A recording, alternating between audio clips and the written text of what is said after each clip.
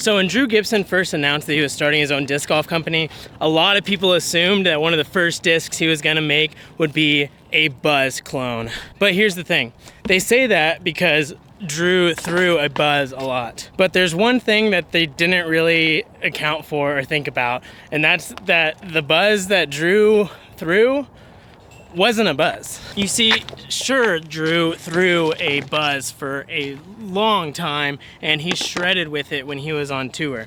But that Buzz that was in his bag didn't fly like a Buzz at all. It was super beat up, it was super flippy. Like I have an old Buzz here that is very used and beat up and it turns for me. But even this, I don't think is as understable as his Buzz was. So I really don't think that that's what he was going for with this, is just a Buzz replacement, because the Buzzes are actually pretty stable and the one that he threw was very, very flippy. But not only that, but when you take a look at this, like it doesn't look like it's as stable as a Buzz. Sorry, there was a dog that just walked right behind me and now he's peeing. Like looking at the shoulder here, it definitely sits a lot lower than the shoulder on a Buzz would sit, so it's definitely not going to be as stable as a lot of Buzzes. But the plastic does feel really nice. It is a little bit like I have the Era here, and the Era's plastic feels like maybe a touch softer, but it definitely, the forged Eras have more of like a glossy feel to them, when the Supra here, like it definitely has a matte feel to it, but it feels just as good. Again, it might be a little bit stiffer. It might be a little stiffer than the other forged with the Era. But the big thing I did notice is that on the inside rim here, the embossed lettering is a lot smaller than the forged one. On the forged one, if you remember, the letters were ginormous, but I don't know if you heard some complaints or what, but this one is a lot smaller. It's definitely more along the lines of what you would normally see out of embossed discs on the bottom. So it's definitely much less noticeable when you grab it. Although I didn't have an issue with the Era. I don't know if any of you guys did. You can comment below if you did have an issue with that. But if you had an issue with it, with the Era, the Supra, they kind of addressed that issue and made it smaller on the bottom. So, but the shape of this disc is definitely unique. I don't know if I've ever seen a mid-range like this. Like it looks like a slightly understable mid, but it's blocky all the way around. So I don't know if I can't think of a mid-range that I've seen that looks like this, that's shaped like this.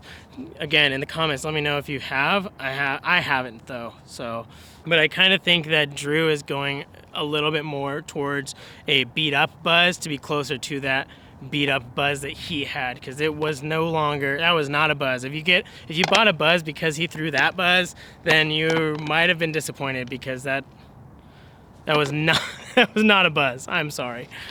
But don't worry, I did bring my Buzzes. So if you didn't know, I do cycle Buzzes. So I have my blue Z Buzz that's very beat up and flippy a little bit, but it's not as flippy as, say, like an Origin or something. It's more like a broken in Mindbender or Mako 3. And if I were to say the Supra was like one of them, it would be that blue one for sure. You can release it on hyzer, it'll pop up, give you a little bit of turn over to the right, and then come back for you, and that's when you throw it around like 300 feet or so. Now today's is a little gusty, so it was a little bit hard to gauge the stabilities, but in general, I think this was very close to that blue Buzz, which again is very similar to like a Mindbender type flight, if not a little bit slightly beat up from a Mindbender. And I will say, like the Mindbender or even the Fuse type disc, when you get this right, it just sails. It goes very, very far. But you have to get it right. It's very, like if you throw it flat, for example, with power, it's going to turn for you. It might come out a little bit at the end, but that's the same with like the Fuse or the Mindbender. So this is going to be a very good slot for a lot of people. It's going to fit a lot of people's games, and to be honest, it's a very smart move, again, just like the Era, because this slot for mid-range is very useful for just about any skill levels. So if you're a beginner, this is a great disc to start with. If you're an intermediate type player, or now it's MA2. Sorry, I'm old. I can call it intermediate and advanced and recreational. But MA2, if you're an MA1 or MA3, MA2 player, this is a great mid. And even if you're an MA1 to MPO player, this will be just very nice and manipulatable. Is this going to be as understable and flippy as Drew's beat up buzz? I don't think so. But then again, I can't throw as hard as Drew, so this very well might be as flippy as that other buzz. I don't know. I've never thrown it. Only Drew has thrown it. Oh, I mean, other people have probably thrown it, but I've only seen Drew throw it, so, and he can pump buzzes very far. So with his power, I think this is going to be a little bit more stable than that. And then when you beat one in, he'll have that kind of slot filled with this, but who knows? I can't throw like Drew. But this is a solid addition to his lineup. This is pretty much like the forged eras, but in a mid-range form. And if the composite ones come out a little bit more stable, more like a buzz, then this would be a phenomenal